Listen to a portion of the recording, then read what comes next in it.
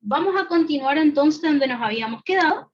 Recuerden que estábamos hablando de, básicamente, el mantenimiento del equilibrio del medio interno, ¿no? Que en ciertas situaciones, como en el reposo, o sea, en ciertas situaciones en el organismo le llamamos homeostasis, ¿no? Y eso dijimos que lo podíamos evaluar mediante el examen físico o mediante variables bioquímicas, que como aclararon hace un rato, también es una pregunta de bolillero. Después, otra cuestión era qué pasaba si el organismo cambiaba de condición, digamos. Obviamente los parámetros de referencia iban a cambiar, ¿está? En ese caso hablamos de reostasis o homeoquinesis. Me pregunta Dai, ¿qué libros nos recomienda que usemos? Para estos temas, que desde que empezamos a hablar de fisiología hasta acá, el apunte del profe nada más, porque van a ver que en los libros no aparece lo que él pide.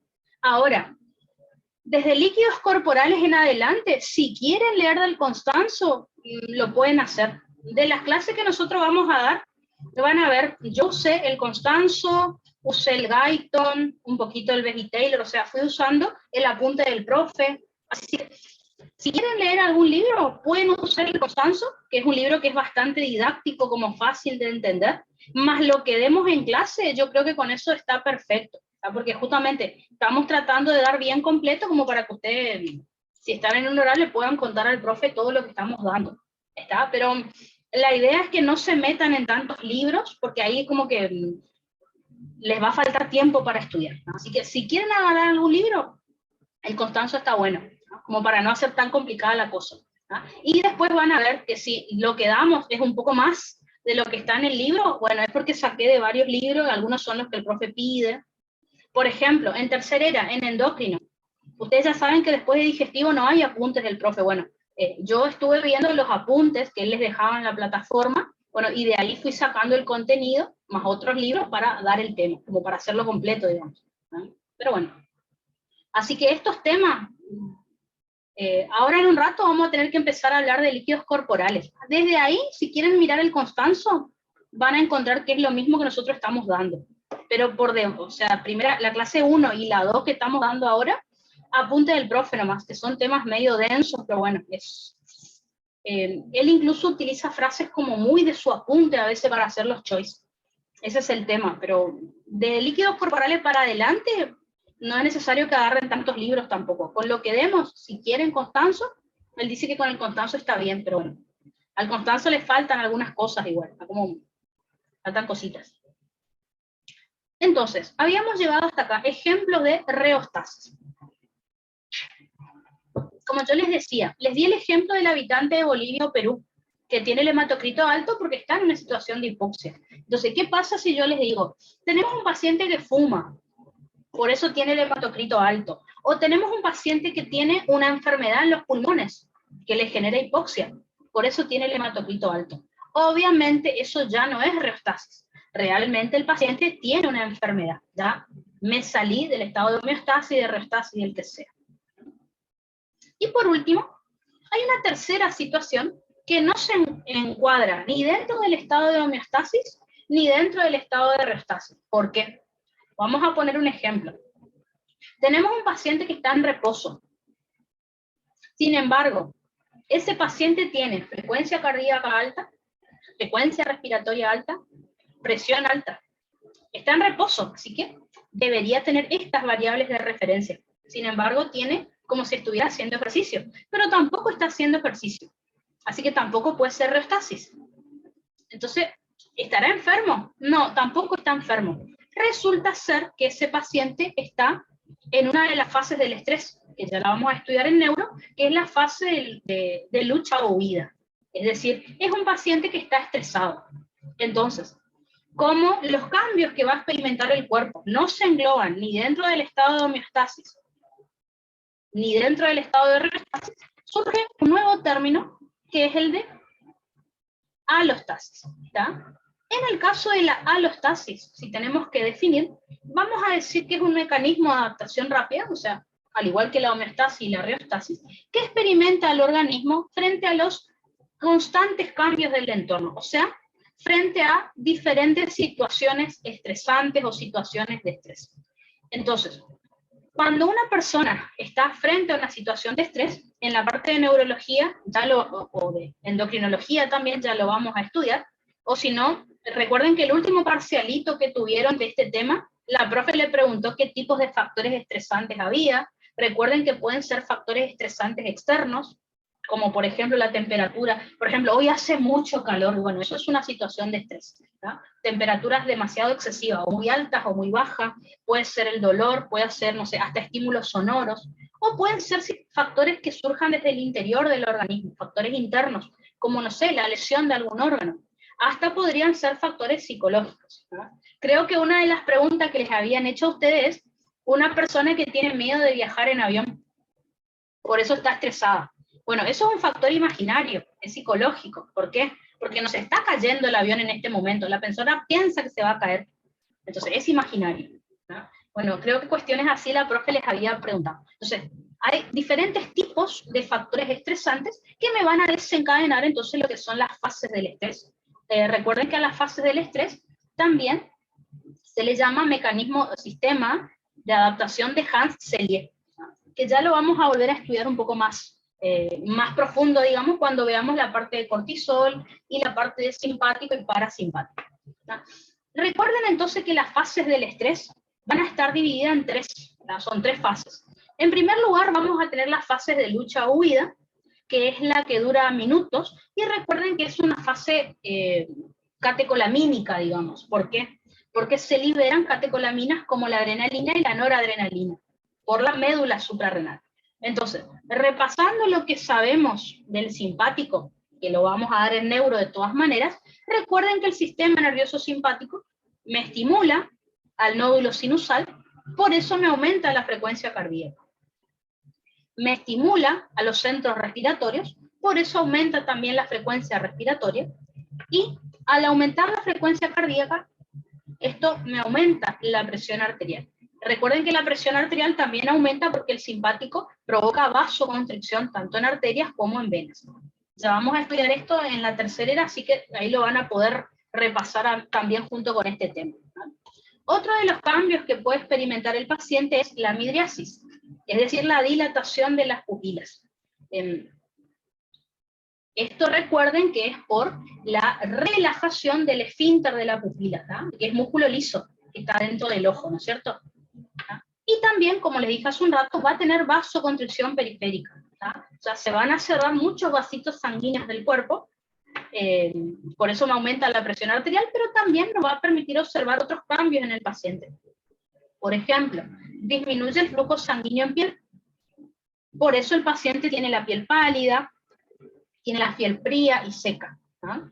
Va a haber algunas glándulas que sí van a tener secreción. Por eso una persona que está nerviosa, por ahí le transpiran las manos o le transpiran las axilas, ¿tá? De ahí viene el término de una persona que transpira mucho, decimos que transpira más que testigo falso.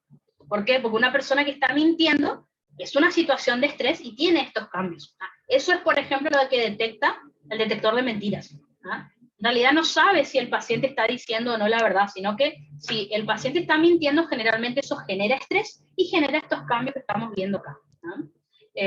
Los riñones, por ejemplo, si disminuye el flujo sanguíneo en los riñones, va a disminuir el índice de filtración glomerular. Así que el paciente va a orinar poco, va a tener oliguria. Y en el aparato digestivo, por ejemplo, si disminuye el flujo sanguíneo, no va a haber tantos movimientos peristálticos, ¿no? Lo cual me va a llevar a constipación o estreñimiento, que es lo mismo. Entonces, fíjense, en este momento, que es el estrés agudo, podríamos decir, el paciente no está enfermo, ¿tá? Incluso puede estar en una situación de reposo, pero fíjense los cambios que experimenta el cuerpo por esta liberación de catecolaminas. Toda esta vasoconstricción que yo les conté que experimenta muchos órganos, en realidad recuerden que los únicos vasos sanguíneos que no realizan vasoconstricción por el simpático son los vasos sanguíneos del músculo esquelético, ¿no? Entonces el simpático, acuérdense que hace vasoconstricción en cualquier vaso sanguíneo, menos en el del músculo esquelético, ¿no?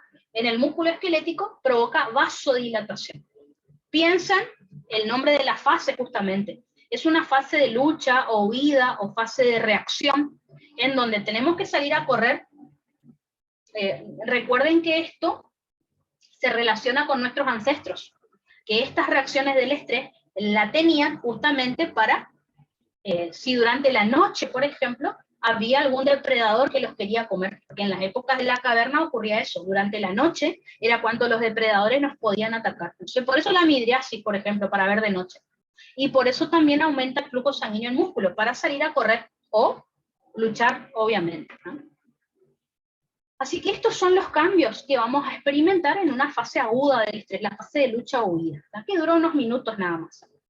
Luego de eso, recuerden que viene la fase de mantenimiento o fase de resistencia, que dura horas y es una fase llamada peptoesteroidea. ¿Por qué? Porque se liberan justamente hormonas esteroides como el cortisol, ¿no? Recuerden que el cortisol se libera en la corteza suprarrenal. Ya vamos a estudiar en endocrino, y ahí es donde viene el tema de entender un poquito mejor endocrino. Recuerden que el cortisol es una hormona que, ya lo vamos a estudiar después, pero les adelanto. Es una hormona catabólica. ¿Por qué? Porque produce destrucción proteica. Al destruir proteínas, los aminoácidos se liberan a sangre, fíjense. Por eso aumenta aminoácidos en sangre. También es una hormona hiperglucemiante, también llamada diabetógena. ¿Por qué? Porque hace que el hígado degrade glucógeno y la glucosa que libera, la glucosa que se produce, la libera sangre. Hace que se estimule la gluconeogénesis también, o sea, se sintetiza glucosa por el hígado hacia la sangre. Así que, fíjense cómo me aumenta la glucemia también. Y por otro lado, también genera, en algunas partes del cuerpo, genera lipólisis, es decir, destrucción de tejido adiposo. Y los ácidos grasos se liberan a sangre también. Así que eso, fíjense que lo va a producir el cortisol. El cortisol, entonces, me aumenta la glucemia, los ácidos grasos y los aminoácidos en sangre. ¿Por qué? Quiero que piensen lo siguiente. Si el paciente durante esta fase de lucha o huida, fíjense que si salió a correr, imagínense, si huyó, gastó muchos nutrientes, que es lo que el cuerpo va a tener que reponer. Por eso, fíjense, aumentaron los nutrientes en sangre, para que los órganos los puedan ocupar. Por otro lado, si el paciente luchó, posiblemente se lesionó algún tejido y va a necesitar cicatrizar ese tejido. Así que en ese tejido, para que haya cicatrización, también necesita nutrientes, que es lo que ustedes tienen acá, ¿está? Así que es para recuperar los nutrientes que se perdieron o cicatrizar tejidos si es que se lesionaron durante la fase de lucha o huida. Eso es entonces lo que genera el cortisol. Y finalmente, así que básicamente estas dos primeras fases son las que van a ocurrir durante el estrés agudo, que es el estrés que nosotros llamamos bueno. ¿Por qué? Porque no va a producir ninguna patología. Así que en ese contexto lo consideramos, al igual que la homeostasis y la reostasis, una situación diferente a la alostasis, una situación diferente a la homeostasis, ¿está? Justamente frente a un agente, a un factor estresante. Ahora, si el estrés se prolonga en el tiempo, ahí pasa a ser malo porque ya se produce lo que se llama fase de agotamiento, en donde al durar semanas o meses empiezan a aparecer las patologías. Así que ahí ya no estaríamos hablando del mantenimiento del equilibrio del medio interno, sino que ahí ya aparece un desequilibrio que son las diferentes enfermedades, ¿ah? Esta fase de agotamiento, recuerden que se caracteriza por disminución de las catecolaminas y del cortisol, y aparecen enfermedades, por ejemplo, como la diabetes, la hipertensión arterial, el infarto agudo de miocardio, ACV, gastritis, diarrea, diferentes patologías. Este tema ya lo vamos a volver a estudiar. Una vez que veamos cortisol y catecolaminas, lo repasamos a esto y ahí explicamos mucho mejor el porqué de cada síntoma, digamos, que es lo que por ahí el profe quiere saber. Creo que, no sé si hoy a la mañana era que me preguntaron acerca de la regulación del peso corporal, pues me habían preguntado por otro tema, pero bueno, les comento. Creo que hoy a la mañana era, si mal no recuerdo. Me preguntaron si la regulación... Fue ahora. Ah, está. Me han preguntado si la regulación del peso corporal era un mecanismo de feedback negativo. Sí, está. ¿Por qué? En realidad, la regulación del hambre y de la saciedad es un mecanismo de feedback negativo. ¿Por qué?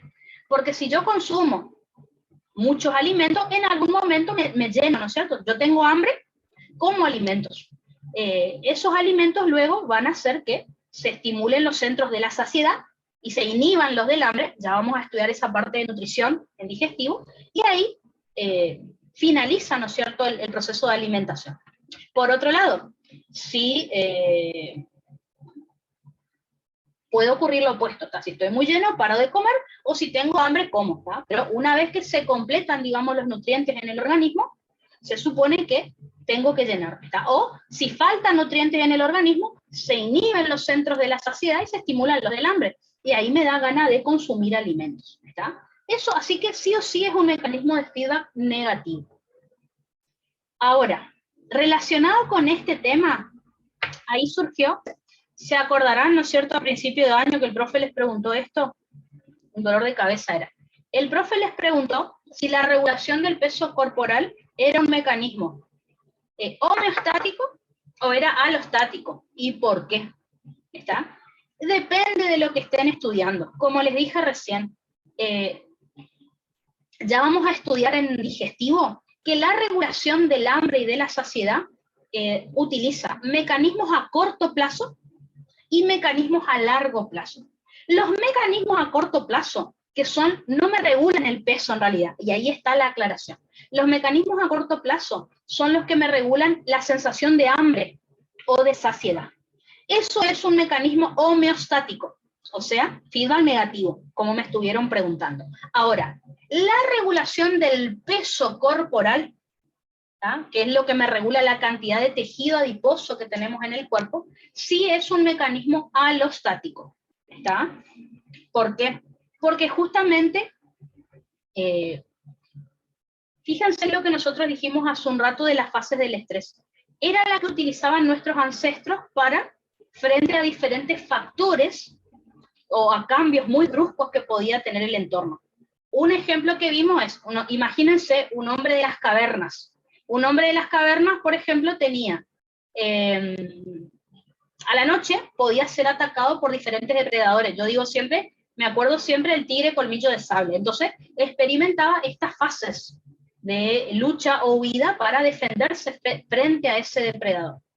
Otra situación que ocurría en esas personas era que había temporadas que comían muchos alimentos y había temporadas que no tenían para comer. Por ejemplo, en verano consumían mucho fruto, podían cazar animales, pero en invierno había muchos días o meses quizás que no tenían para consumir alimentos. Entonces, esta regulación de la cantidad de tejido adiposo del peso corporal justamente era durante las épocas que sí tenían que, para comer, atesoraban todo ese alimento en forma de tejido adiposo, el cual se gastaba en épocas que estas personas no tenían para comer. ¿Tá? Por eso se considera un mecanismo alostático, ¿tá?, para defenderse frente a los cambios muy bruscos que tenía el entorno en ese momento. Y nos perdura una hora, ¿tá? Perdura en el tiempo esos mecanismos que teníamos en nuestros antepasados. Entonces, vale la aclaración, si ustedes están hablando de regulación del hambre y de la saciedad, no del peso, eso es un mecanismo homeostático, o sea, un feedback negativo, como ya les dije. Si ustedes están hablando de la regulación del tejido adiposo, digamos, eso es un mecanismo de alostático. ¿Tá? Lo vamos a estudiar en digestivo, en la parte de nutrición, pero bueno, vale la aclaración. A ver.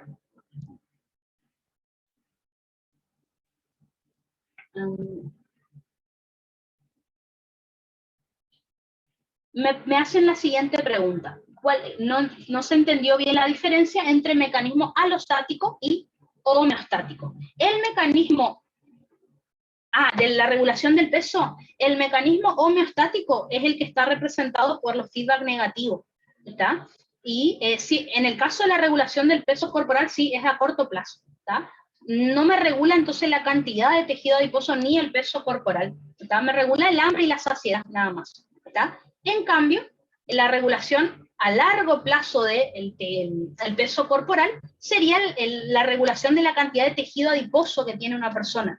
Y eso sí es un mecanismo alostático, ¿está? Que se regula justamente a largo plazo.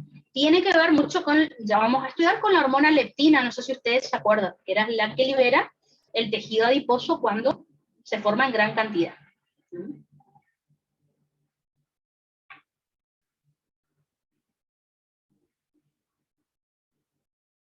Perfecto, entonces.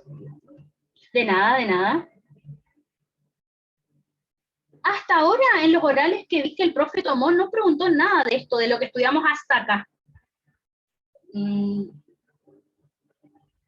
Ha preguntado una que otra variables, cómo se toma algún signo vital, pero en general, bueno, no. Ahora como es con bolilleros, sí hay que tener en cuenta algunas cuestiones más, ¿no?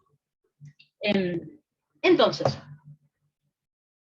pregunto, ¿alguna duda sobre lo que vimos hasta acá? Porque como pueden ver, tenemos que empezar con un tema nuevo. Este tema, como les dije, a partir de acá, este tema lo pueden encontrar en cualquier libro. Yo traté de hacerlo lo más completo posible, cosa que no tengan que leer los libros justamente. Si van a leer el Constanzo, líquidos corporales está en la parte de renal, justamente porque el riñón es uno de los órganos que mejor regula el agua del organismo. Así que, si se fijan en la parte, en el Guyton lo mismo, en el Guyton la parte de líquidos corporales está mejor en el primer capítulo de renal, me parece, ¿no? Les digo por si lo buscan. Hermi, una Sí. pregunta. Sí, No sé sí. si dio en la primera clase, pero sobre la protoalimentación, creo que era, que es el feed forward. Forward, sí. Sí, ¿qué sería? La protoalimentación o proacción, o en vez de feedback, es, para decirlo fácil, el feedback lo que hace es corregir una perturbación cuando ya ocurrió, ¿no es cierto? Que es lo que vimos nosotros. Primero se altera una situación y luego el organismo se activa y la corrige.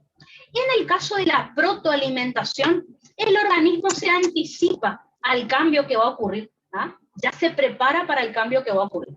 Entonces, un ejemplo de protoalimentación es, vamos a poner un ejemplo. Supongamos que vos estás corriendo y vos estás por doblar la esquina. Vos sabés que en un momento vas a tener que hacer una curva y doblar. Bueno, el organismo ya se prepara los músculos y las articulaciones de cierta manera. ¿Por qué? Porque vos por tu visión sabés que vas a tener que doblar, vas a tener que hacer una curva. Entonces el cuerpo se prepara de cierta manera, sufre ciertos cambios o se pone en cierta posición para que vos puedas doblar, por ejemplo. Así que un mecanismo de protoalimentación o feed forward, hasta ahora el profe nunca preguntó, pero si lo pregunta sería eso, es la anticipación del organismo ante un cambio que va a ocurrir, ¿tá? Entonces, en algunos libros, por ejemplo, dice que el feed forward o la protoalimentación es como que si el sistema nervioso central viera el futuro, porque como sospecha lo que va a pasar, ya prepara al organismo de cierta manera, ¿tá? Ese sería un ejemplo. No tenemos muchos ejemplos de feed forward o de protoalimentación en el cuerpo, pero sería eso. Incluso si te fijas en los libros todavía no aparece ese concepto, es como bastante nuevo. Entonces, si el profe, lo que seguro va a hacer el profe si te pide el tema es que le compares con un feedback. Entonces, el feedback, primero ocurre la perturbación y el feedback trata de corregir esa perturbación. En el feed forward o protoalimentación ni siquiera ocurrió la perturbación, simplemente el organismo ya realiza alguna acción para evitar que ocurra la perturbación en el organismo, ¿está? Es muy clásico del sistema nervioso central que realice feed forward, o sea, que realice protoalimentación, ¿está? Entonces, uno de los ejemplos es cuando vos estás por doblar, ¿tá? Estás corriendo en línea recta y que vas a doblar, el cuerpo ya se pone en cierta posición para que vos puedas hacer la curva, porque si no vas a seguir de largo. Otro ejemplo, eso lo vamos a dar en neuro, pero les comento. Antes de que una persona se golpee, el cuerpo ya libera sustancias para inhibir el dolor. Eso es un sistema de analgesia. En neuro tenemos que estudiar, también es tema de bolillero, En neuro, entonces tenemos que estudiar sistemas de analgesia, o sea, el cuerpo libera sustancias que me inhiben el dolor. En algunas situaciones, cuando el paciente está estresado, ya libera estas sustancias porque posiblemente se dañe algún tejido. Posiblemente. Así que eso sería la protoalimentación. ¿Está? Hasta ahora nunca pasó que el profe preguntó, pero bueno, ya que lo preguntaron, mejor así. ¿Alguna otra duda?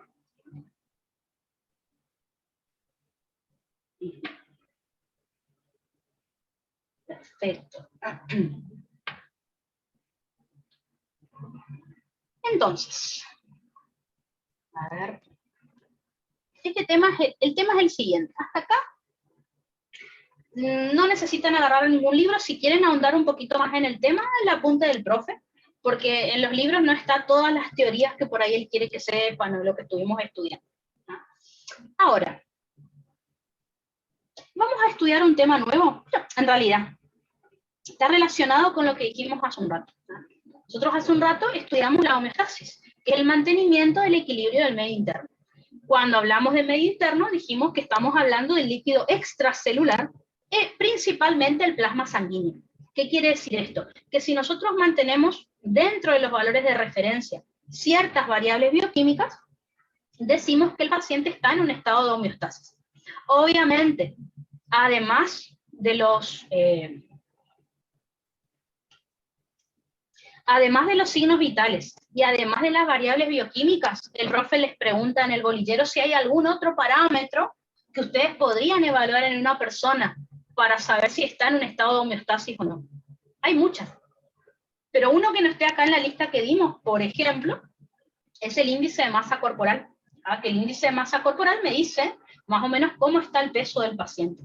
Aparte del índice de masa corporal, se puede medir la circunferencia abdominal, la circunferencia de los brazos, de las piernas, o sea, hay muchas formas, aparte de signos vitales y variables bioquímicas, para saber si un paciente está en un relativo estado de homeostasis. Hasta tenemos estudios por imágenes, como por ejemplo una radiografía, una tomografía, pero desde el punto de vista del examen físico, el punto de vista bioquímico, signos vitales y variables bioquímicas como lo primero que haríamos como médicos. Ahora, dijimos que el medio interno es el líquido extracelular y principalmente el plasma. Como pueden ver acá, en este esquemita que les hice, el medio interno básicamente forma parte de los compartimientos de los líquidos corporales. Recuerden que los compartimientos de los líquidos corporales son soluciones. ¿Qué significa esto? Una solución está formada por soluto y por solvente. El solvente es muy pequeño, por eso está bien disuelto o bien solvatado. El soluto, perdón, es bien pequeño, por eso está disuelto, solvatado o bien mezclado con el solvente. Así que en este caso, recuerden que el solvente es el agua, que ya vamos a hablar de algunas características que tiene el agua, y los solutos pueden ser células, iones, macromoléculas, hormonas, ¿tá? Principalmente iones y macromoléculas que son bien pequeños, digamos. ¿Por qué les digo esto? Y ya lo vamos a ver en un rato. A ver si está acá. No, en la próxima clase.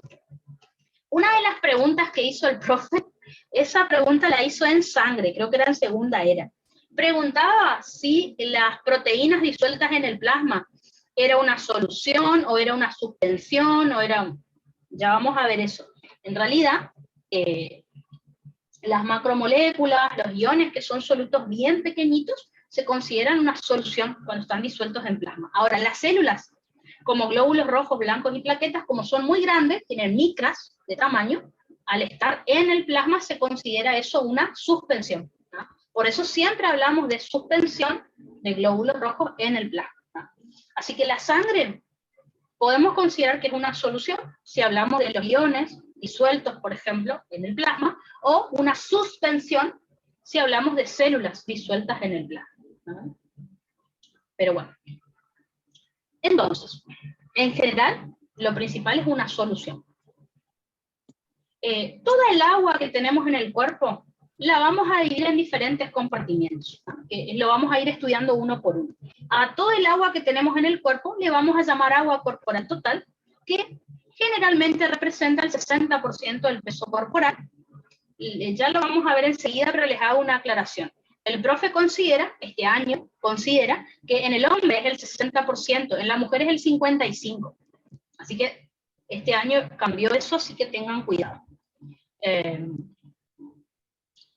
Si nosotros queremos dividir a toda el agua que tenemos en el cuerpo, gracias a membranas biológicas, la vamos a dividir en compartimentos. En primer lugar, gracias a la membrana plasmática, recuerden que vamos a dividir al agua corporal total en LIC, o sea, líquido intracelular, y líquido extracelular. Fíjense que el LIC representa el 40% del peso corporal y el LEC el 20%. Estos porcentajes sí se mantienen en los cálculos que el profe les va a pedir. Y finalmente, el líquido extracelular. Sanguíneos. Estoy hablando específicamente de los capilares sanguíneos. Ya vamos a estudiar en cardio, pero recuerden que los capilares sanguíneos son endotelio y membrana basal nomás, no hay otra cosa. Gracias a estos capilares sanguíneos, vamos a dividir al líquido extracelular en dos compartimentos. El plasma, que está dentro de los vasos sanguíneos, y representa el 5% del peso corporal, y el líquido intersticial, o LI, que está fuera de los vasos sanguíneos, y representa el 15% del peso corporal. ¿Qué es lo que vamos a tener que aprender respecto al tema? Vamos a tener que definir cada uno de estos compartimentos, valores normales o valores de referencia, y cómo calcular en el caso de que el profe me pida alguno de estos cálculos. Que siempre pide alguno. Así que creo que en recuperatorio, sí, en recuperatorio creo que pidió volemia, si mal no recuerdo, ¿no?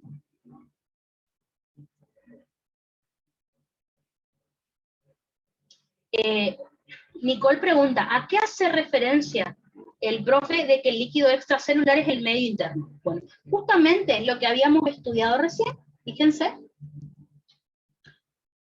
que la palabra medio interno viene de la definición de homeostasis. Fíjense que la homeostasis es el mantenimiento del equilibrio del medio interno en un estado relativamente constante. Entonces, el medio interno se considera que es el líquido extracelular.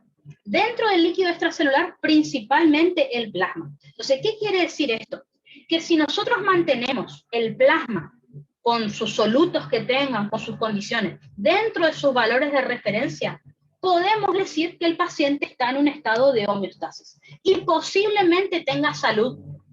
Solo con mirar el medio interno, no voy a decir que el paciente está sano, pero bueno, en principio se empieza por ahí, ¿está? Así que a eso nos referimos, ¿ah? El medio interno es el líquido extracelular. En realidad, hace unos años él consideraba el medio interno como toda el agua del cuerpo. Ahora, ¿por qué cambió eso? Porque lo que se vio es que si se modifica el líquido extracelular, un tiempo después se modifica el intra. Entonces, lo que se vio, antes se llamaba medio interno a el agua del interior del cuerpo completo, líquido intra y extracelular. Pero después se vio que primero el que cambia es el LEC.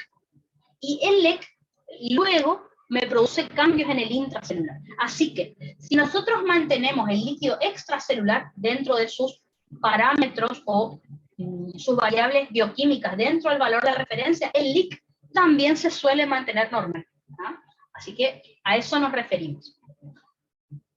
Pero sí, hace unos 3-4 años atrás, medio interno él consideraba el agua del interior del cuerpo. Y ahora, bueno, ya no. Va cambiando con los años. A ver, de nada, de nada. Bueno, medio boludo el dibujo acá, pero se los hice igual. Fíjense entonces, acá les dibujé las dos membranas biológicas, la membrana plasmática, fíjense que me divide el LIC del LEC. A su vez, entonces fíjense, el LIC está dentro de la célula, el LEC está fuera de la célula. A su vez, el líquido que está fuera de la célula puede estar en el intersticio, que recuerden que es el espacio que hay entre la célula y los vasos sanguíneos, ¿no? Que ahí es donde está el líquido intersticial, o el líquido extracelular puede estar dentro del vaso sanguíneo, es decir, estamos hablando del agua plasmática o líquido plasmático, ¿no? Así que en un dibujito, fíjense que tienen resumido todos los compartimientos que nosotros tenemos que estudiar. Ahora, antes de empezar a estudiar cada compartimiento, tenemos que saber cómo podríamos medir el volumen que tiene estos compartimientos, porque yo les dije recién, cada compartimiento vimos que representa un porcentaje dentro del peso corporal, pero podríamos medirlo mejor a eso, no solo con cálculos teóricos. Entonces, ¿de qué manera nosotros podemos medir los compartimientos de los diferentes, los compartimientos líquidos del organismo? Podemos utilizar o métodos directos o podemos utilizar métodos indirectos. Y los métodos directos, recuerden que son métodos invasivos. ¿Qué significa que un método sea invasivo? Que hay que provocarle algún tipo de daño al paciente para realizar un método. Por ejemplo, métodos invasivos son las cirugías, porque hay que cortarle, hay que provocarle dolor al paciente. Bueno, acá le tenemos que pinchar e inyectar algo. Por ejemplo, sacarle sangre a una persona es un método invasivo, porque le tenemos que pinchar. Por ejemplo, hacerle una colonoscopía o una endoscopía es invasivo, porque le vamos a provocar dolor. En cambio, métodos no invasivos son aquellos donde no se le daña al paciente de ninguna manera. Por ejemplo, tomar la presión arterial acá en el brazo no provoca dolor. Hacer un electrocardiograma, una radiografía, una tomografía, no provoca ningún tipo de dolor ni daño. Así que eso es no invasivo. Entonces, esto es invasivo porque le vamos a inyectar a la sangre del paciente una sustancia, lo vamos a pinchar. ¿No? ¿Cómo se llama el método directo que estamos estudiando acá? Le llamamos método de dilución del indicador. Lo pueden llamar método del indicador, método de dilución o método de dilución del indicador, como ustedes quieran. En simples palabras, ¿qué es lo que vamos a hacer? Le vamos a inyectar al paciente una sustancia a la cual le vamos a llamar indicador o marcador. Vamos a esperar un tiempo que esa sustancia se distribuya por el cuerpo. Luego vamos a tomar una muestra de sangre y en base a eso vamos a hacer un cálculo, que es lo que el profe por ahí les suele pedir. Entonces, y en los orales también, bueno, esto les pide. Entonces, el método de dilución del indicador es por vía intravenosa o endovenosa. O sea, le inyectamos con una jeringa en sangre al paciente una sustancia. Esperamos 15 a 30 minutos para que el indicador se distribuya uniformemente en el compartimiento y luego tomamos una muestra de sangre y calculamos el volumen del compartimiento. ¿Ah? Yo acá puse un recipiente, pero imaginemos que este es el cuerpo del paciente, que yo quiero saber cuánta agua tiene. Entonces tenemos acá un recipiente con agua, yo quiero saber cuánto hay ahí, no lo sé. Entonces, ¿qué hago? Preparo una jeringa donde tiene este indicador o marcador con solución fisiológica, ¿ah? Y le inyecto al paciente, ¿ven? Le inyecto acá en el compartimiento. Espero 15 a 30 minutos y vemos bien cómo se diluye, se distribuye en todo el marcador y luego tomo una muestra de sangre. O sea, tomo una muestra de eso, de ese compartimiento y el valor que me dé ahí, hago un cálculo. ¿Ah? A lo que yo le inyecté al paciente, lo vamos a simbolizar con la letra Q mayúscula, que significa cantidad inyectada del indicador. Generalmente se mide en miligramos. ¿Ah? Por otro lado, a la muestra de sangre que yo tomé del paciente, la vamos a simbolizar con la letra C, que significa concentración del indicador en el compartimiento. Y generalmente se mide en miligramos por mililitro de sangre que yo tomé la muestra. ¿Qué hacemos con eso? Una división muy fácil, que no se preocupen que tengo unos ejercicios preparados para que practiquemos, porque el profe en el recuperatorio preguntó alguno de estos. ¿No? Entonces, lo que yo le inyecté al paciente, es una división lo que tienen que hacer. Lo que yo le inyecté al paciente va como numerador, o sea, encima de la barra de división. La muestra de sangre que yo tomé va como denominador. Y ahí hago la división y obtengo el resultado de ese compartimiento que yo quiero medir. Ahora, acá tenemos la formulita, ya que ya la vamos a practicar, así les queda claro. Entonces, el cálculo que yo voy a hacer, fíjense, de el volumen del compartimiento va a ser igual a la cantidad inyectada dividido la concentración del marcador o indicador en el compartimiento. Recuerden, las unidades tienen que ser miligramos y abajo miligramos por mililitro, ¿verdad? Que ya vamos a practicar, así que no se preocupen. Entonces, lo que yo inyecté va arriba. la muestra de sangre que yo tomé va abajo. Ahí hago la división y el resultado que me da va expresado en mililitros y me va a hablar de algún volumen. Ahora, ¿volumen de cuál compartimiento?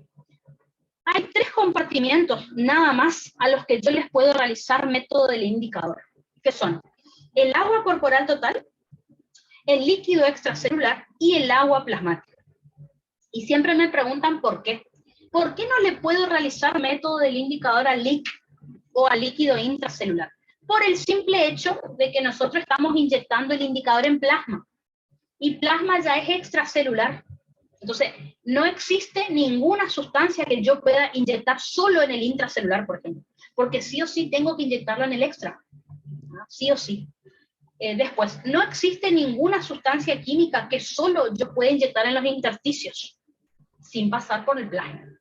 Ese es el problema. Así que, método directo del indicador solo le puedo realizar estos 3 compartimientos. Una vez que yo saco el método directo de estos 3, ahí puedo calcular los otros 2, que ya les muestro cómo. ¿Qué características tiene que tener un indicador? Bueno, primero, antes, hace unos años atrás, una cosa que decía que tenía que ser barato. Bueno, hoy en día no existe nada barato, los indicadores son caros, así que bueno, ya no está más. Primero, no tiene que ser tóxico. No vaya a ser cosa que yo le inyecte al paciente y le provoque un shock anafiláctico y lo mate. No. Tiene que ser una sustancia que no me dañe el organismo. Después, una vez que yo le inyecto, tiene que distribuirse uniformemente en el compartimiento que se quiere medir. O sea, no, si yo inyecto acá en el brazo, no tiene que quedar en el brazo, tiene que distribuirse gracias a la sangre por todo el cuerpo. A ver, preguntitas. Si puedo explicar lo del cálculo, sí. Ya lo vamos a, les voy a mostrar ejercicios para practicar, pero sería lo siguiente. Ya les voy a mostrar con números y ahí se van a olvidar más. El tema es así. Miremos este dibujito. Lo que yo le inyecto al paciente, lo que hay en la jeringa, o sea, lo que yo sé es lo que hay en la jeringa. Yo le inyecto al compartimiento del paciente. Bueno, eso que le inyecté tiene un determinado número en miligramos. Por ejemplo, un 1,5 miligramos de sustancia yo le inyecté al paciente. Bueno, eso va en el numerador, o sea, por encima de la barra de división. Luego de que yo le inyecto eso al paciente, espero unos minutos que esa sustancia que yo le inyecté circule por sangre, se distribuya bien, y le saco una muestra de sangre al paciente y mido cuánto indicador hay en esa muestra de sangre. Ese número que yo obtuve va en el número de abajo, en el denominador, y ahí hago la división. Ahora, el resultado que me da de qué compartimiento es, vamos a ver que va a depender de algo que les voy a contar enseguida. A ver. A ver, me preguntan. ¿Medir agua plasmática y volumen plasmático es lo mismo? Sí, exactamente. Agua plasmática, líquido plasmático, plasma sanguíneo es lo mismo. Ahora, no es lo mismo volumen plasmático que volemia o volumen sanguíneo, porque recuerden que si yo hablo de volumen sanguíneo, la sangre está formada por plasma y por células, y dentro de las células hay líquido intracelular, no hay extra. Así que no es lo mismo, eso sí, plasma o volumen plasmático que volumen sanguíneo, que ahí estoy hablando de la sangre completa. Ahí sí hay diferencias. A ver. Bueno, justamente dicen, porque el profe dijo que el azul de Evans sirve para medir el volumen plasmático. Sí, el profe tiene razón, ¿está? Así que agua plasmática, líquido plasmático o volumen plasmático o plasma es lo mismo. Lo que no es lo mismo es volumen sanguíneo. Ahí sí que está mal explicado, porque la sangre son 2 compartimientos. Es el plasma más el líquido intracelular que hay dentro de los glóbulos rojos, blancos y plaquetas. Así que ahí sí estaría mal, digamos, ¿no? Perfecto. Entonces, lo que había en la jeringa, fíjense, va en el número de arriba. La muestra de sangre que yo obtuve va en el número de abajo. Vamos a suponer que el profe no les tome esto, no les pida que expliquen esto, pero van a ver que cuando ustedes lean el problema, les pongo un ejemplo. Vamos a suponer que dice, esta pregunta siempre les va a tomar y ya la vamos a practicar. Un paciente tiene 73 kilogramos. ¿Cuál es su agua corporal total? Si ustedes se fijan, ahí no me aparecen ni que le inyecté nada, ni que le saqué nada. Entonces, ese método no lo voy a tener que hacer. Ahora, si ustedes leen, el problema dice, a un paciente se le inyectó, bueno, vamos a tomar el ejemplo que me dijeron recién en el chat, a un paciente se le inyectó tantos miligramos de azul de Evans y luego de 15 minutos se le toma una muestra de sangre. Ustedes cuando lean eso dicen, ah, listo, esto es método del indicador. Entonces, de última, si el profe no les toma el método del indicador, ustedes al leer un problema van a decir, ah, esto es lo que Armi me dijo que es método del indicador. Y ya les muestro cómo sería el cálculo y qué me van a medir. Dijimos 3 compartimientos.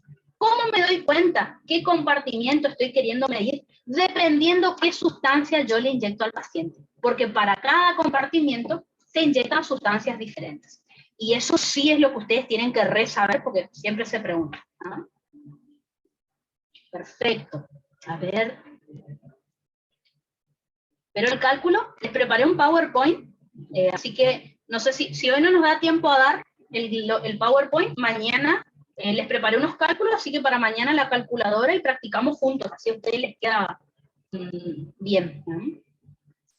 Así que el indicador o marcador que yo le voy a inyectar a ese paciente no tiene que ser tóxico, se debe distribuir bien en el compartimento que yo quiera medir, que puede ser cualquiera de estos 3 que les dije. Debe poder medir el compartimiento que se quiere medir. Por ejemplo, si yo quiero medir todo el agua corporal total, esa sustancia tiene que tener la capacidad de entrar a las células, estar fuera y dentro de las células. Por ejemplo, si yo quiero medir solo plasma, tengo que usar una sustancia que solo se quede en el plasma, que no vaya al intersticio, que no entre a las células. Así que a eso se refiere la tercera característica. Y después, por último, debe eliminarse del organismo una vez que finaliza la prueba. Es decir, luego de que yo calculo el compartimiento, el paciente tiene que orinar el indicador. ¿Ah? Por lo tanto, a un paciente con insuficiencia renal no le pueden hacer esta prueba, porque no va a poder eliminar el indicador. Y ahí sí, si el indicador se acumula en el cuerpo, es tóxico. ¿Ah? Y ahí sí lo puede dañar. Así que ya vamos a volver a este cálculo. Fíjense, 3 compartimientos nada más puedo realizar este método que yo les conté. ¿Ah? Me quedan 2 compartimientos, que son el líquido intracelular y el líquido intersticial. No puedo realizar método del indicador porque, como les dije, no hay ninguna sustancia que yo pueda inyectar solo en el intracelular o solo en el intersticio y no en los otros compartimientos, no hay ninguna. Así que tendré que usar método indirecto, que no es invasivo, o sea, no le va a dañar al paciente porque es teórico. Simplemente hay que hacer una resta, por eso es tan fácil. ¿Ah? Los compartimentos donde puedo realizar esto son en el LIC y en el LI. ¿Por qué también se llama método indirecto? Porque puedo realizar los métodos directos que ven acá y luego hacer una resta para obtener los otros 2, que ya les muestro cómo se hace. Así que ahora vamos a estudiar cada uno de los compartimientos y les voy a ir explicando qué fórmula van a utilizar en cada uno, que eso es lo más importante. Una vez que les explique todo eso, practicamos cálculos, que justamente la única manera de acordarse de estas cosas es practicando problemas que el profe les dio. ¿No? A ver. ¿Cuál es la función del indicador? El indicador me va a permitir medir cuánta agua tiene el paciente en alguno de sus compartimentos. ¿Ah? Lo podríamos sacar de manera teórica, es decir, en base al peso corporal del paciente, yo puedo sacar un estimado de cuál podría ser su LEC, su agua plasmática, su agua corporal total. Ahora, una manera bien exacta de medir cuánta agua tiene una persona en su cuerpo es inyectando el indicador, ¿está? Y luego haciendo este cálculo que les comenté. La realidad, que justamente por eso se estarán preguntando, ¿se hace hoy en día esto? No, hoy en día no se hace método del indicador. ¿Por qué? Porque ¿para qué le vamos a estar inyectando al paciente cosas raras en el cuerpo si lo podríamos hacer con calculadora? Pero bueno, la fórmula existe, el método existe, aunque ya no se haga. ¿Está? Es como, no sé si recuerdan, ¿se acuerdan el clearance de inulina? Seguramente por renal se van a acordar de la inulina. El clearance de inulina, por ejemplo, es el mejor método para medir la función renal, pero hoy en día ya no se hace. porque se trata de evitar inyectarle al paciente cosas innecesarias, ¿no? Entonces, se utiliza el clearing de creatinina, que es una sustancia que tenemos en el cuerpo. Bueno, pasa lo mismo con esto. Estos estudios, este método directo que yo les cuento ya no se hace. Pero bueno, lo tienen que saber igual, ¿tá? A ver. Otra preguntita que me hacen es... a ver. Perfecto. Tizi, ¿te quedó clara la duda que tenías? ¿Cuál es la función del indicador? Antes de seguir, Tiziana. Después, perfecto, de nada, de nada. Otra preguntita que me hacen es, ¿podría decir cuáles sustancias se utilizan para medir cada compartimiento? Exacto, ahora, como les dije, vamos a empezar a dar compartimiento por compartimiento y ahí les nombro cada una, qué fórmulas pueden usar en cada caso, que hay como varias. Exacto. Vamos a empezar a dar eso entonces. Entonces, mi perro acá.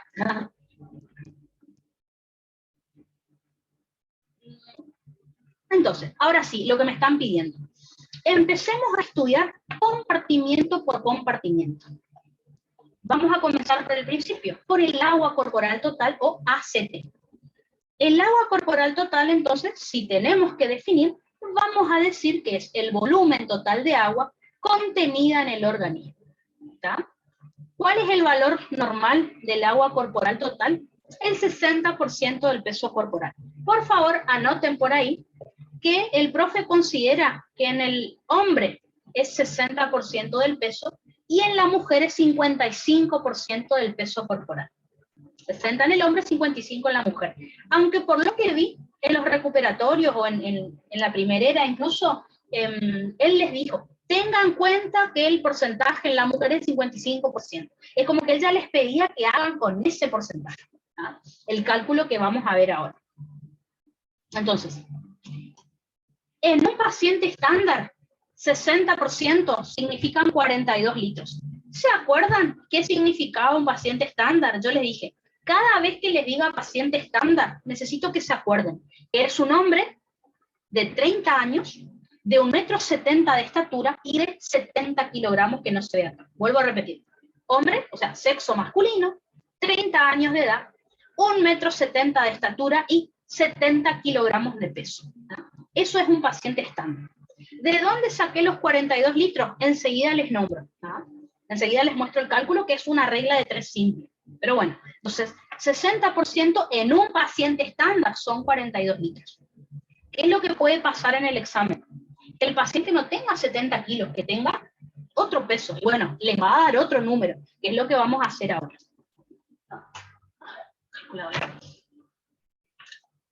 Una primera cuestión que tenemos que tener en cuenta respecto al agua corporal total es que varía de acuerdo a la edad. Si quieren en un oral, esto el profe le podrían explicar, pero generalmente en los escritos no preguntan. Por ejemplo, los recién nacidos son los que más agua tienen. 70 a 75% de su peso es agua. Y ese agua corporal total va disminuyendo con la edad, ¿tá? A medida que nos volvemos más viejos, tenemos menos agua corporal total. Por ejemplo, niños de 1 año tienen un 70% de su peso es agua. Niños de 10 años, 61%, y después, como les dije, en un hombre, 60%, en la mujer, 55% más o menos, ¿no? Otra cuestión que le tendrían que explicar al profe si están en un oral es que el agua corporal total varía también de acuerdo al sexo. Y acá está lo más importante que tienen que saber.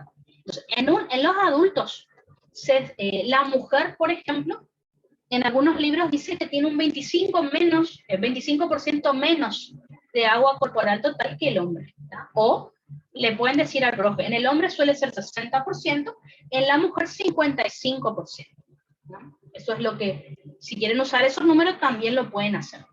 ¿Por qué? Ahí está la pregunta importante. El hombre tiene más agua corporal total que la mujer porque tiene más masa magra y menos masa grasa. ¿Qué significa masa magra? Tiene más músculo esquelético, ¿está? ¿A qué se debe que el hombre tiene más músculo esquelético? Esto se debe a la testosterona. tenemos que estudiar aparato reproductor en los próximos días, digamos, en las próximas clases. ¿Ya? La testosterona estimula, es una hormona anabólica, hace que crezca el músculo. ¿Ya? Entonces, el hombre tiene más testosterona que la mujer, lógicamente, ¿ya? Más andrógenos que la mujer, por eso tiene más músculo y menos tejido adiposo. ¿Ya? La mujer tiene más masa grasa, o sea, más tejido adiposo que músculo. ¿Por qué? Por los estrógenos. Los estrógenos estimulan la síntesis más de tejido adiposo. Las mujeres tenemos más estrógenos que el hombre. Por eso tenemos más masa grasa, lamentablemente, más masa grasa o más tejido adiposo que el hombre. ¿Qué tiene que ver con lo que estamos estudiando? Que como ustedes saben por histología, el tejido adiposo no necesita tanta irrigación, no necesita tanta agua. Así que, en cambio, el músculo sí. Así que, por lo tanto, el hombre, al tener más masa magra, necesita más irrigación, necesita más agua corporal total. La mujer, en cambio, tiene más tejido adiposo que el hombre. Por lo tanto, no necesita tanta irrigación en tejido adiposo. El tejido adiposo casi es avascular, casi. Tiene muy pocos capilares. Así que el tejido adiposo necesita menos irrigación, por lo tanto, menos agua corporal total. Así que bueno, eso ténganlo en cuenta. La misma explicación la vamos a utilizar cuando hablemos de glóbulos rojos, así que ténganlo en cuenta. Cuando estemos hablando de sangre, les voy a contar que el hombre tiene más glóbulos rojos que la mujer. También tiene que ver con estas hormonas que estuvimos charlando. ¿Tá? Cuando estemos en reproductor, les voy a volver a repetir lo mismo, cuando hablemos de testosterona y estrógenos. Así que vayan teniéndolo en cuenta. Bueno, y acá está la pregunta que responde lo que vimos hace un ratito. A ver. Thais me dice, ¿y los ancianos tienen menos agua porque van perdiendo progresivamente la masa muscular? Perfecto, Thais, por un lado, y van teniendo más tejido adiposo. Eso es una cuestión. ¿Ah? Los ancianos, como dice Thais, van perdiendo masa muscular porque se van atrofiando sus músculos. Así que tienen menos tejido, menos irrigación. Por otro lado, los ancianos se les va atrofiando el centro de la sed. Ya vamos a estudiar los centros de la sed. Entonces, los ancianos de por sí disminuyen su consumo de agua. Así que con el tiempo también, si toman menos agua, van a tener menos agua corporal total. ¿Ya? Así que esa es otra cuestión. Perfecto, entonces. Así que, digamos, son dos cuestiones. Entonces, la pregunta que tenemos que responder. Erwin me dijo que 60% en un paciente estándar son 42 litros. ¿De dónde sacamos eso? Con una regla de 3 simple lo pueden hacer. Por ejemplo, el planteo que se tienen que hacer es, vamos a hacerlo con un paciente estándar, para entender el tema. Recuerden, un paciente estándar tiene 70 kilogramos. Así que, si yo ya sé que el 100% del peso corporal son 70 kilogramos, ¿cuánto será el 60%? Y ahí puedo hacer el cálculo. Recuerden que para hacer este cálculo tienen que multiplicar cruzado, o sea, 60 por 70, y dividir por el que me sobra. ¿Ah? Así que van a ser 60 por 70 dividido 100. Ahí me daría entonces 42 litros. Entonces, si el profe le dice, el paciente tiene 70 kilos, hacen el cálculo y pueden sacar. Siempre tienen que saber el porcentaje de cada compartimiento para poder hacer el cálculo. ¿Está? Obviamente, esperen un ratito porque sé que en este momento alguno de ustedes está pensando en algo. Tengan en cuenta una cosa, si el profe solo les da el peso del paciente, hagan el cálculo así como les enseñé. Ahora, vamos a suponer que el profe les diga, el paciente tiene 100 kilogramos, ¿cuál es su agua corporal total? Bueno, hacen el cálculo, listo. ¿Ah? Seguramente son 60 litros de agua, ¿no es cierto? Ahora, si el profe les dice, el paciente tiene 100 kilogramos, pero de esos 100 kilos, 30 tiene de sobrepeso, o sea, eso es tejido adiposo. El cálculo no se hace igual, ¿no? Porque yo sé que alguno de ustedes ya me estaba por preguntar eso. ¿No? Si un paciente está en su peso normal, su peso ideal, este es el cálculo que se hace. Ahora, si el paciente debería tener 70 kilos, pero tiene 100, ese exceso de peso es grasa, y el cálculo no se hace de la misma manera. todos los años toma el mismo cálculo. Le cambia los números, pero es lo mismo. Así que ya les comento cómo lo van a hacer a eso, no se preocupen. ¿Ah? Eso por si lo estaban pensando. Si les dice, paciente pesa tanto, ¿cuál es su agua corporal total? Hacen este cálculo. ¿Ah? Les pregunto, ¿cuánto les parece que les va a dar si esta es una mujer? Recuerden que en ese caso, en vez de 60, usen el 55%, como dice la profe de Ligoy. Así que, diría, en el caso de... ¿Cómo? 38,2 litros. Ah, perfecto. Os voy a hacer porque la verdad que nunca me puse a comprobar. Entonces, ahí pondría, si el 100% del peso son 70 kilos, ¿cuánto será el 55? Así que harían 55 por 70 dividido 100. Sí, perfecto. 38,5 como me habían dicho, exactamente. ¿Ah? Así que, si tuvieran que usar el 55% porque es una mujer, fíjense que no me da 42 litros, me da 38,5 litros, por ejemplo. ¿Está? Bueno, esta fórmula van a usar si el profe les dice cuál es el peso del paciente. Perfecto. ¿Qué pasaría si el profe les da el sexo, el peso, la talla y la edad del paciente? Bueno, se pegan un tiro porque seguro que lo que tienen que hacer es esta fórmula que tienen acá.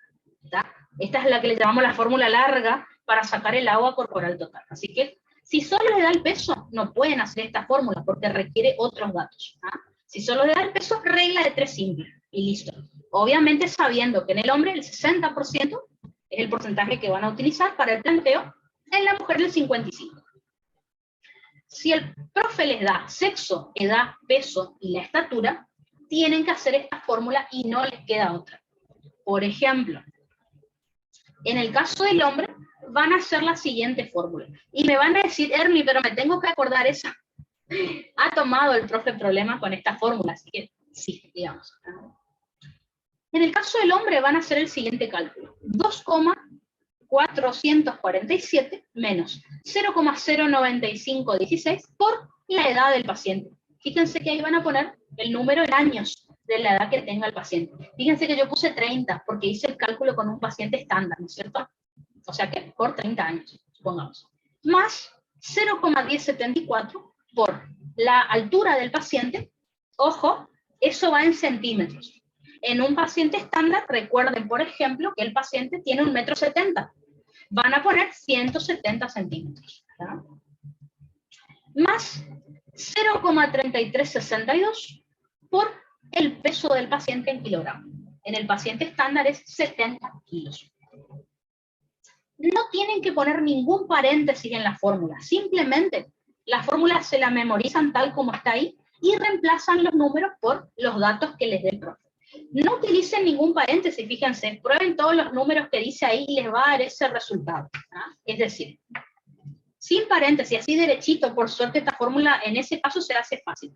2,447 menos 0,09516 por derechito 30, en este caso paciente estándar, más 0,1074 por 170 centímetros, ojo que ahí va en centímetros, no en metros, más 0,3362 por 70 kilogramos. ¿No?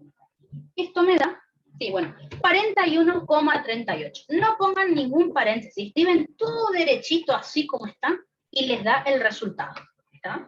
De vuelta, les estoy mostrando cuál es la fórmula. Una vez que les explique todo, practicamos. Así a ustedes les queda más claro el tema. ¿Ah? Así que no se preocupen. Tengo problemas diferentes, algunos sobre solo el peso, otros con esta fórmula larga. Tengo eso que les conté, el tejido adiposo, así practican. ¿Ah? Y en el caso de la mujer, ¿cuál es la fórmula que van a realizar? Van a ser menos 2,097. Esto está en el apunte del profe, pero tengan cuidado porque les faltan los signos por, lo de multiplicación, por eso uno no entendía por qué salía mal.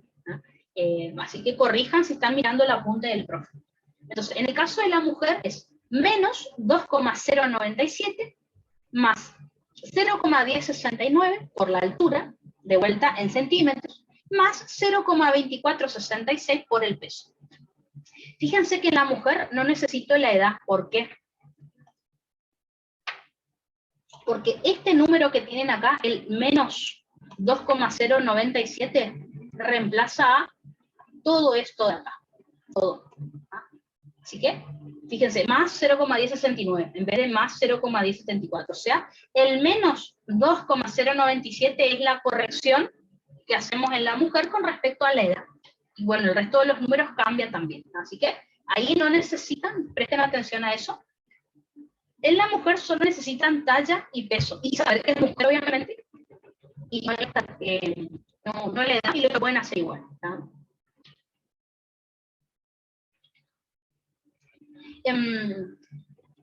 No sé si se acuerdan, hace un ratito lo habíamos hecho. ¿Se acuerdan que acá, en el primer cálculo que hicimos, me dio 42 litros en el hombre? Y fíjense, con la fórmula más exacta, 41,38. Así que es casi 42, pero el número más exacto es 41,38. No sé si se acuerdan que recién hace un ratito me dijeron que en una mujer esto me daría 38,5. Fíjense, me da 33, o sea, 30 y pico, como pueden ver. Así que en la mujer siempre me da menos agua corporal total que en el hombre. Yo creo que hice bien esto, pero vamos a comprobar. Así que probemos una mujer estándar, entre comillas. Menos 2,097 más 0,1069, recuerden sin paréntesis, por 170, más 0,2466 por 70. Sí, me da 33,338 litros, ¿no? Así que cuando ya empiecen a ver el problema con muchos datos, ya van a decir, puta madre, tengo que hacer la fórmula larga, pero bueno, hay que hacerla, ¿no? Y acá está lo que ustedes me estaban, ¿sí? En lo que es la altura del hombre hay que poner 1,70, o sea, 1,70 o 170. 170, ¿está? Por ejemplo, si el problema les dice, el paciente mide 1,90 m, 1,90, van a poner 190 centímetros, por ejemplo. O el paciente estándar, 1,70 m, van a poner 170 centímetros. Creo que es lo único que tienen que modificar. La edad y el peso, fíjense que la edad está en años, el peso está en kilogramos. La altura es la que tiene que ir en centímetros, ¿está? Así que básicamente le sacan la coma y ahí ese número ya está convertido en centímetros, ¿no? Esa es la única aclaración, digamos, de la fórmula. Bueno, gracias. De nada, de nada. Ahora, puede pasar que ustedes estén en el examen y lean lo siguiente. A un paciente se le inyecta un marcador, por ejemplo la antipirina, y luego de 15 minutos se le toma una muestra de sangre. Calcule tal cosa. Entonces, ustedes están leyendo, fíjense lo que les comenté recién, que al paciente se le inyectó algo, se esperó unos minutos y se le sacó una muestra de sangre. ¿De qué estamos hablando? Estamos hablando del método del indicador. Vuelvo un poco hacia atrás. Recuerden, el método del indicador me servía para medir agua corporal total, LEC y agua plasmática. Ahora, ¿cómo yo sé qué estoy calculando con esta fórmula? Como le dije hace un rato, depende de qué indicador se le inyecta al paciente. Entonces, para medir el agua corporal total, los indicadores que se inyectan son o la antipirina, o el deuterio, o el tritio. A esto lo pueden encontrar en los libros también como óxido de deuterio, óxido de tritio, es lo mismo. Y tanto al deuterio como al tritio se le denomina también aguas pesadas, porque tiene hidrógeno y oxígeno como el agua, pero son sustancias radiactivas. Así que la antipirina no es una sustancia radiactiva, el deuterio y el tritio sí, son sustancias radiactivas. Es muy poquita la dosis, así que al paciente no le va a hacer daño. Pero bueno, hoy en día ya no se hace. Entonces, cuando ustedes lean que al paciente se le inyectó antipirina, deuterio o tritio, listo. Eso es para agua corporal total, ¿no? Otra pregunta importante, ¿por qué se le inyecta estas sustancias? ¿Por qué se eligió a estas tres? Bueno, porque estos indicadores tienen la capacidad de atravesar cualquier membrana plasmática y cualquier pared del vaso sanguíneo. O sea, va a pasar lo siguiente. Ustedes le inyectan al paciente, por ejemplo, antipirina, le inyectan en plasma, ¿no es cierto? La antipirina tiene la capacidad de salir del vaso sanguíneo y ahí se va al intersticio. Así que ahí ya me está midiendo todo el LEC. Un poco se queda dentro del plasma, otro poco va a intersticio. Y también tiene la capacidad de atravesar las membranas plasmáticas, así que entra a la célula y me mide el LIC también. Así que me mide el LIC y el LEC, que todo eso es agua corporal total. Estos tres indicadores atraviesan cualquier membrana biológica. Por eso lo utilizo para medir todo el agua del cuerpo. Lo del cálculo ya lo vamos a practicar entonces en un rato. Eso es entonces las formas o las fórmulas que ustedes tienen para medir el agua corporal total. Así que, si esto les toca explicar en un oral, definición, cuál es su valor normal, o sea, su porcentaje, y qué maneras hay de calcularlo. Y lo de las fórmulas sí les puede tocar en el examen, que casi siempre algún ejercicio hay. Otro de los compartimientos donde podemos medir el volumen es el líquido extracelular. Si tenemos que definir, el líquido extracelular es el volumen de agua corporal total contenido por fuera de la membrana plasmática. El valor normal, dijimos, sí pueden usar siempre el mismo porcentaje. Representa el 20% del peso corporal. Acuérdense que en un paciente estándar, esto representa 14 litros. ¿De dónde saqué eso? Volvemos a hacer la misma regla de 3 simple que acá. Lo único que ahora cambia el porcentaje. En vez de 60%, que era todo el agua corporal, ahora hablo del 20%. O sea, si se acuerdan los porcentajes, van a poder hacer el cálculo sin problema. Es decir, si yo sé, eso es lo que ustedes ya saben, si yo sé que el 100% del peso de un paciente es, por ejemplo, 70 kilogramos, ¿cuánto será el 20%? Y ahí hacen el cálculo. O sea, 20 por 70 dividido 100 y les da 14 litros. Obviamente, lo que puede pasar en el examen, lo que pasa siempre es que este valor cambia. Y ahí obviamente que les va a cambiar el resultado. Vamos a suponer que el profe le dice, el paciente tiene 85 kilos. Bueno, ¿cuál es su LEC? Entonces van a decir, bueno, si yo sé que el 100% son 85 kilos, ¿cuánto es el 20%? O sea que este es el valor que el profe por ahí cambia y ustedes hacen el cálculo, colocan el valor correcto, ¿no? ¿Qué puede pasar? Puede ser que el profe en el examen no les dé el peso del paciente, les dé el agua corporal. Pero hay un detalle importante, que ustedes ya saben que el agua corporal es 60%, así que si el profe no les da el peso, pero sí les da el agua corporal total, lo pueden sacar igual, con el agua. Entonces, ¿qué planteo van a hacer en ese caso? Van a decir, si yo ya sé que el 60% del peso corporal son, por ejemplo, 42 litros, o sea, fíjense que no puse 100%, porque no estoy hablando del peso, estoy hablando del agua corporal ahora. Si yo ya sé que el 60% son tantos litros, ¿cuánto será el 20%? La realidad es que no hay manera que ustedes no puedan sacar un cálculo. Algún número el profe les va a dar. Lo que ustedes tienen que decidir es qué fórmula van a utilizar para realizar ese cálculo. Eso sería lo importante. Yo les muestro todas. Y ahora cuando practiquemos, yo les voy a mostrar un problema, ustedes me van a decir, bueno, ¿qué fórmula utilizo en cada caso? ¿Cuál elijo? O sea, tiene que ser la que el número me dé más exacto. Entonces, si el profe le da agua corporal total, recuerden, ¿qué es lo que yo ya sé?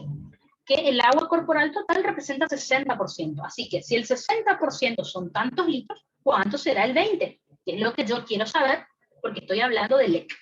Fíjense que en este caso también me dan lo mismo en un paciente estándar, 14 litros. ¿No? Obviamente el profe les puede dar otro número de agua corporal total y ustedes hacen el mismo cálculo, pero con ese otro número en litros.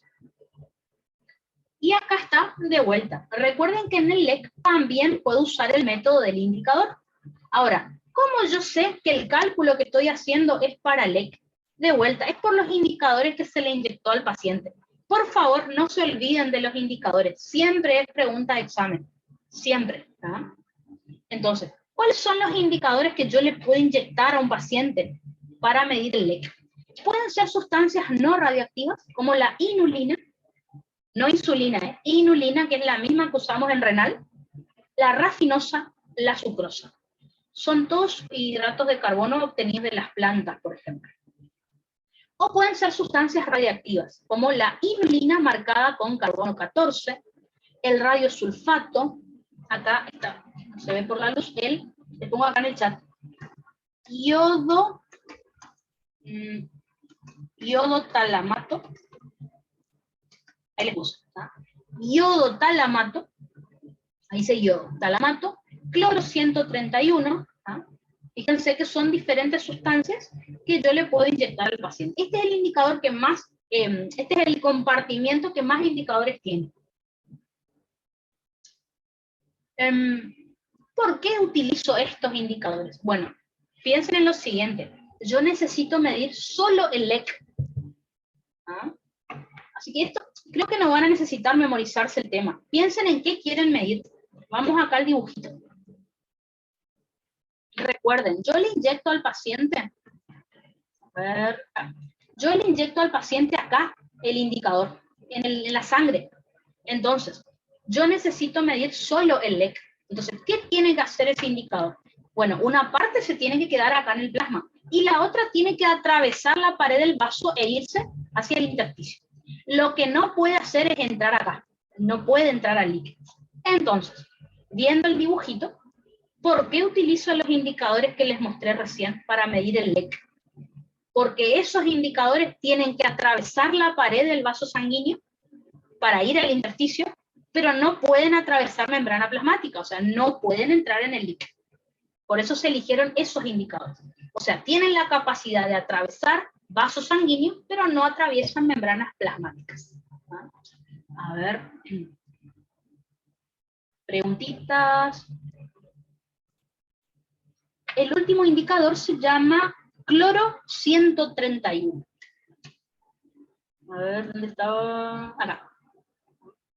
Carbono 14, inulina marcada con carbono 14, radiosulfato, iodotalamato, cloro 131. A ver. De nada, de nada. ¿Por qué usamos estos indicadores como les mostré recién? No atraviesan membranas plasmáticas, o sea que no pueden entrar a las células, pero sí pueden atravesar la pared del vaso, así que pueden ir al intersticio y también al plasma. Por eso me miden el LEC completito.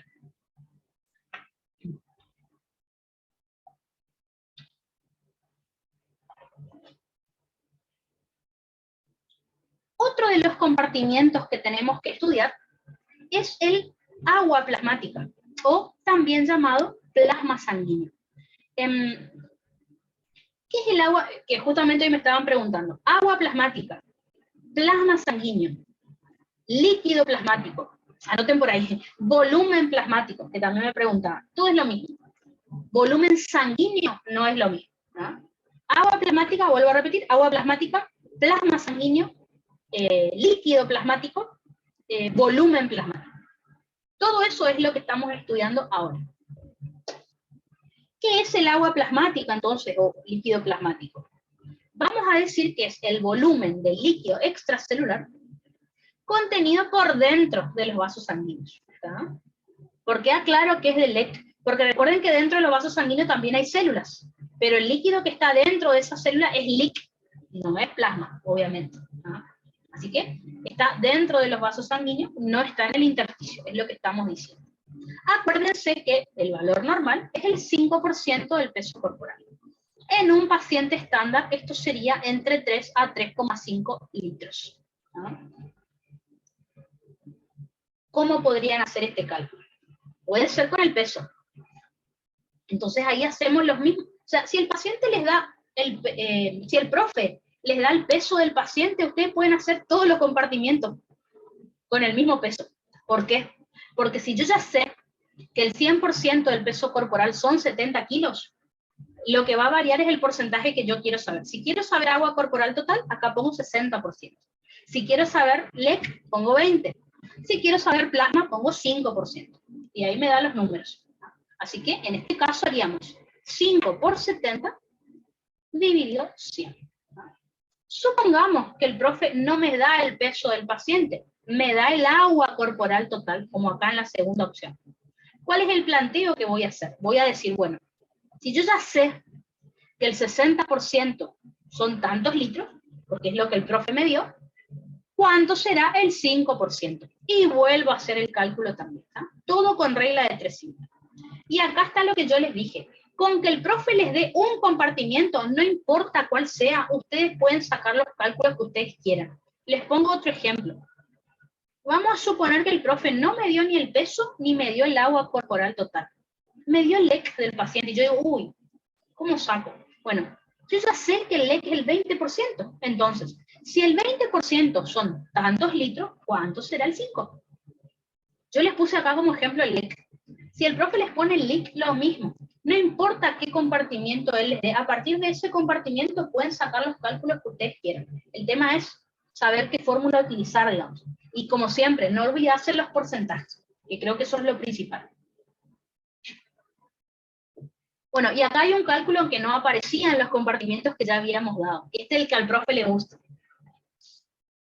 ¿Qué pasa si el profe les da la volemia? O sea, el volumen sanguíneo y el hematocrito del paciente.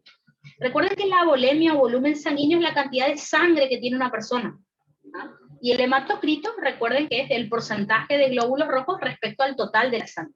Ya vamos a ver estos valores en sangre, justamente en segunda era, pero les adelanto. Entonces, si el profe les da la volemia y el hematocrito, van a hacer una multiplicación para sacar el plasma. Es decir, el volumen plasmático lo van a calcular haciendo volumen sanguíneo por 1 menos hematocrito. El volumen sanguíneo, fíjense que tiene que estar en litros. O sea, tengan cuidado, vamos a suponer que el profe le dice 5.000 mililitros, no, tiene que estar en litros, 5 litros, por ejemplo. Después, 1, que es un número que siempre se pone, menos el hematocrito, y acá por favor también tengan cuidado. El hematocrito no se pone en porcentaje como aparece acá, se pone en fracción. ¿Qué significa eso? Que acá dice 45% sobre un total de 100%, pero acá, fíjense, en vez de 100% tenemos un entero. Entonces, sobre un total de sangre, 0,45 partículas son glóbulos rojos. Eso significa, ¿no? Así que el número que el profe les dé en el problema, conviértalo en fracción, es decir, le ponen el 0 y la coma adelante. Si el hematocrito dice 45%, en la fórmula pongan 0,45. Si dice 33%, pongan 0,33. ¿No? Así que, acá sí, por favor, utilicen el paréntesis. Entonces, les puse un ejemplo acá como para practicar. Vamos a suponer que a ustedes les toca, el profe les pide que calculen la volemia, perdón, el plasma, y les da estos datos. Volumen sanguíneo o volemia del paciente es de 5 litros, y el hematocrito es el 45%. Se van a hacer 5 por, y entre paréntesis, 1 menos 0,45. Tengan cuidado, ¿no? Hematocrito en fracción. Entonces, vamos a hacer 5 por, abro paréntesis, 1 menos 0,45. Y cierro paréntesis. Me da 2,75 litros. ¿No? Fíjense que aproximado es entre 3 a 3,5 litros. ¿Cuál es el problema? Que a veces el profe no les va a pedir un compartimiento, les va a pedir 2 juntos. Es decir, ¿vieron esta fórmula que tenemos acá? Que es la de plasma. Bueno, puede ser que el profe, fíjense, acá les dio la volemia y ustedes tuvieron que sacar volumen plasmático. ¿Qué pasa si él les da el volumen plasmático y ustedes tienen que sacar la volemia? Se hace al revés. Esta fórmula la tienen que despejar. ¿Cómo la van a despejar? En realidad se memorizan la otra nomás y ya está. Si yo quiero saber esto que está multiplicando acá tiene que pasar al otro lado del signo igual, dividiendo. Así que, si yo quiero averiguar volumen sanguíneo, el volumen sanguíneo va a ser igual a plasma dividido 1 menos hematocrito. Y ahí saco volumen sanguíneo. Ya vamos a hablar de ese tema porque el profe preguntó. Pero en base a estas fórmulas pueden sacar cuánta sangre tiene una persona. Entonces, si quiero saber volumen plasmático, hago volumen sanguíneo por 1 menos hematocrito. Si quiero saber volumen sanguíneo o volemia, hago al revés. Hago plasma dividido 1 menos hematocrito. Siempre teniendo en cuenta que el hematocrito no se pone en porcentaje, se pone en fracción. Ya les voy a mostrar que hay otra forma de calcular la volemia también. Hay varias formas. Pero bueno, esto es respecto a esta fórmula que les enseñé.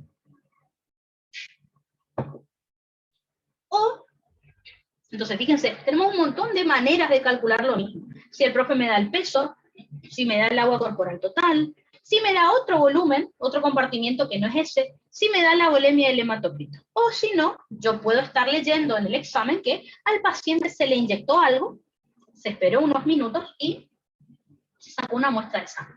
No me acuerdo quién de ustedes hoy me dijo que es el azul de Evans. Exactamente. ¿Cuáles son los indicadores que se utilizan para medir el plasma, el volumen plasmático? Podemos usar albúmina, marcada con carbono 14, o azul de Evans. ¿Ah?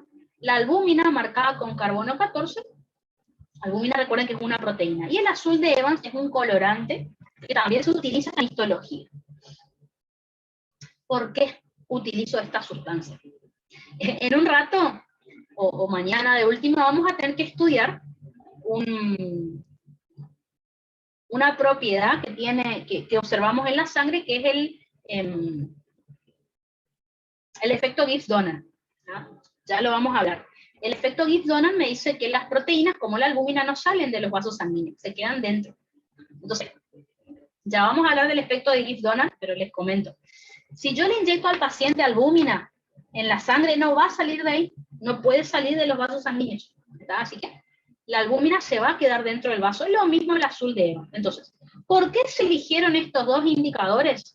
Porque estos dos indicadores no pueden atravesar membranas plasmáticas. Es decir, si yo al paciente le inyecto en sangre albúmina o azul de Evans, no puede ingresar a los glóbulos rojos, blancos y plaquetas, se queda en el plasma. Tampoco puede salir de los vasos sanguíneos para ir al intersticio, o sea, se queda adentro y ya está. ¿No? Eso es el detalle de estos dos indicadores. Me habían dicho hace un rato que al paciente se le inyectó azul de Evans. Está bien, esa fue una de las preguntas que el profe hizo en el examen. ¿No? Como les dije, por más de que él no les pida cálculos, los indicadores siempre les va a pedir, hasta en los orales, si les toca este tema, que es uno de los temas del bolillero, lo van a tener que explicar. Fíjense entonces que agua corporal total, líquido extracelular y agua plasmática tienen método del indicador y tienen otras fórmulas más. ¿Ah? Ahora, el líquido intracelular y el líquido intersticial no tienen método del indicador, así que lo tendremos que calcular de otra forma. Si empezamos por el líquido intracelular, vamos a decir que es el volumen de agua corporal total contenido por dentro de la membrana plasmática. Su valor normal, recuerden que representa el 40% del peso corporal. En un paciente estándar, o sea, en una persona de 70 kilos, serían unos 28 litros. ¿De qué manera podríamos calcular esto si el profe me pide en el examen? Si me da el peso del paciente, ven, con el peso yo hice todos los cálculos, sabiendo que el 100% del peso corporal, por ejemplo, en un paciente estándar son 70 kilos, ¿cuánto será el 40%? Y ahí hago el cálculo. ¿Ah? Regla de 3 simple. Si no me da el peso, si me da el agua corporal total, lo mismo, como ya les venía diciendo. Fíjense. Tengo que recordar que el agua corporal total no es 100% del peso, es 60%. Entonces, si yo ya sé que el 60% son 42 litros, ¿cuánto será el 40%? Fíjense que también lo puedo hacer. ¿Ah? Como les dije, no me dio el peso, no me dio el agua corporal, pero me dio otro volumen. Ustedes siempre tienen que acordarse qué porcentaje era ese volumen que me dio el profe y cuál quiero yo saber. Entonces, acá inventé uno. Nunca dio un problema así, pero supongamos que el profe le da plasma y quiere saber intracelular. Yo ya sé que el plasma que me dio el profe es 5% del peso. Bueno, ¿cuánto será el 40%? Y fíjense que también puedo hacer el cálculo. ¿Ah? Eso es como lo importante. Digamos que cuando el profe le dé algún dato, no hay manera de no sacar el cálculo. Eso es lo bueno, digamos. Como que cualquiera de las fórmulas que vimos les puede servir para hacer el cálculo. Siempre busquen la que más exacta es. Sobre todo les digo esto en el caso del agua corporal total, aunque ya lo vamos a practicar, no se preocupen. ¿Ah? Fíjense, obviamente el profe me da, vamos a suponer que me da un paciente que tiene sexo, peso, talla. Obvio que nosotros queremos hacer la fórmula más fácil, que es por el peso. Pero si me da el sexo, la edad y la estatura, la fórmula más exacta, la que me va a dar el número correcto, es esta. Porque estoy segura, porque ya pasó, vamos a poner un ejemplo. El profe les dice, tenemos un paciente de 30 años, 1,70 m de estatura, 70 kilos y sexo masculino. Y les va a preguntar cuál es su volumen de agua corporal total. Opción A, 42 litros. Opción B, 41,38. ¿Entienden? La fórmula más fácil les va a dar 42, pero él tiene la más exacta. Por algo les dio todos esos datos, ¿no? Ya saben que el profe es así. Que tengan cuidado con eso nada más. A ver, ¿dónde estábamos? Bueno, acá. Y por último, como les dije, no podemos calcular, no podemos hacer método directo a el cálculo del líquido intracelular. No podemos hacer método directo. Lo que sí es método indirecto. ¿Qué significa método indirecto? Que podríamos realizar métodos directos para 2 compartimientos y luego calcular este con una resta. Por ejemplo, yo le inyecto al paciente antipirina. Vamos a poner un ejemplo. Le inyecto al paciente antipirina o deuterio o triquio y calculo el agua corporal total, ¿no es cierto? Luego, al paciente le inyecto inulina, por ejemplo, o rafinosa, y calculo el LEC. Por último, ya tengo el agua corporal total y ya tengo el LEC por los métodos directos. ¿Qué hago? Hago una resta entre esos dos y me da el LEC. Por eso también se llama indirecto, porque no le tenemos que inyectar nada al paciente. Simplemente realizar métodos directos, que sí podemos hacer, y luego una resta. Es decir, esta es la fórmula más fácil.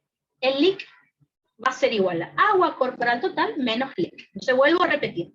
Puedo realizar el método directo para el agua corporal total, luego para el LEC, y finalmente hago solo una resta y termino obteniendo el LEC. A eso me refiero con método indirecto.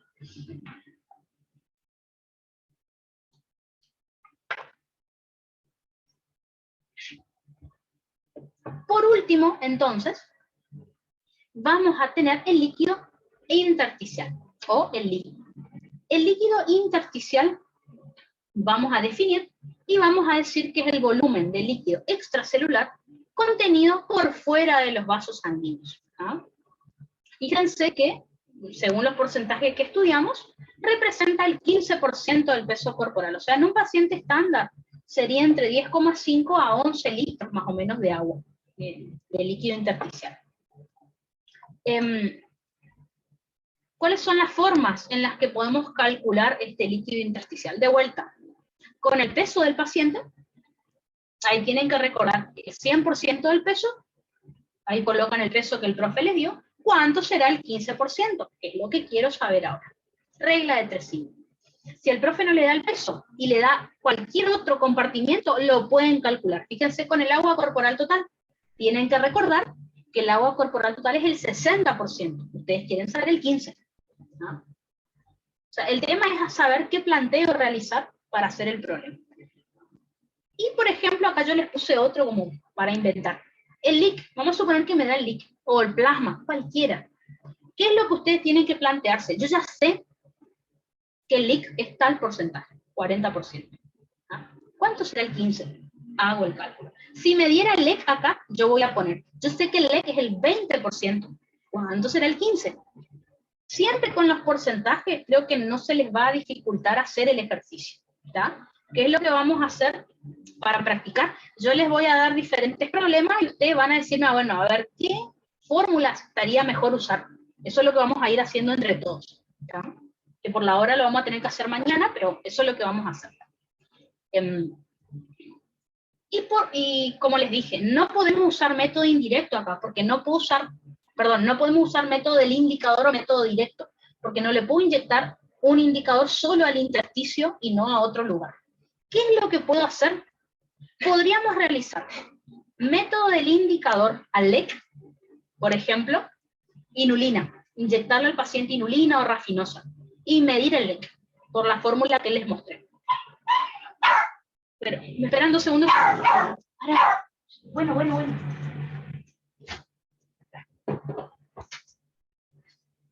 Perdón, mi perro empezó a ladrar.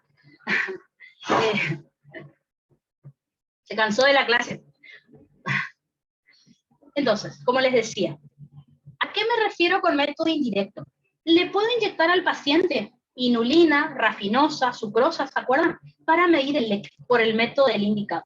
Luego, le puede inyectar al paciente albúmina o azul de Evans. ¿Para qué? Para medir el plasma. Finalmente, una vez que ya medí esos dos compartimientos por el método directo, que es el del indicador, hago una resta, que es de lo más fácil, y ahí obtengo el intersticio. Así que, por lo tanto, para calcular el líquido intersticial, puedo hacer método directo para el LEC y para el agua plasmática, y luego una resta, que es LEC menos agua plasmática es igual al líquido intersticial. ¿Está? Entonces, con esto terminamos todo lo que tienen que saber de líquidos corporales. Ahora, si estos se estudian de memoria, obviamente va a llegar el momento del examen y no van a saber qué fórmula utilizar. Entonces, les recomiendo que estas formulitas que les mostré hoy, ahora a la noche, descansen un rato porque seguro que les reventé la cabeza. Ahora descansen un poco, ahora en la noche, pónganse a mirar un poquito las fórmulas. Y mañana yo les preparé un PowerPoint con ejercicios para que podamos practicar. Obviamente el PowerPoint no lo puse en el Drive, porque yo quiero que ustedes lo vean y analicemos juntos. Una vez que hagamos los ejercicios les pongo en el Drive para que repasen, no hay problema. Pero, así que mañana, calculadora, no se preocupen que no les voy a tomar examen, simplemente para que pensemos juntos, a ver, en el caso de que me toque ciertos ejercicios, ¿qué fórmula usamos? Después, el método del indicador que me pidieron que explique, bueno, les voy a dar un problema para que ustedes vean qué tenemos que calcular, qué números vamos a utilizar. Y otra cosa que les quiero enseñar es, ¿qué pasa si el paciente tiene exceso de peso? El exceso de peso no es músculo, es grasa. Y el agua corporal no se calcula de la misma manera. Entonces, esas cuestiones, mañana vamos a empezar la clase hablando de eso, vamos a practicar un poquito de ejercicios, y ahí ya vamos a pasar al tema que sigue, ¿está? ¿Les parece? Así que descansen un rato, ahora a la noche lean un ratito las formulitas que les mostré hoy, y mañana practicamos juntos, ¿está? ¿Alguna duda entonces, antes de irnos a descansar? Perfecto, entonces. Antes de irnos, en un ratito les subo ya la clase que estamos dando ahora, por si la quieren mirar en otro momento, y las preguntas de examen que tengo, todas las que tengo de primero, para que si quieren las imprimen y ahí repasan estas cuestiones, ¿está? Y alguna que ustedes miren que no entiendan por qué es así, la podemos repasar juntos también si quieren, no hay problema, ¿no? Así que nos vemos mañana a las 8, vamos fuerza, que esto es largo y vamos a poner todas las pilas, ¿no? Sosito, nos vemos.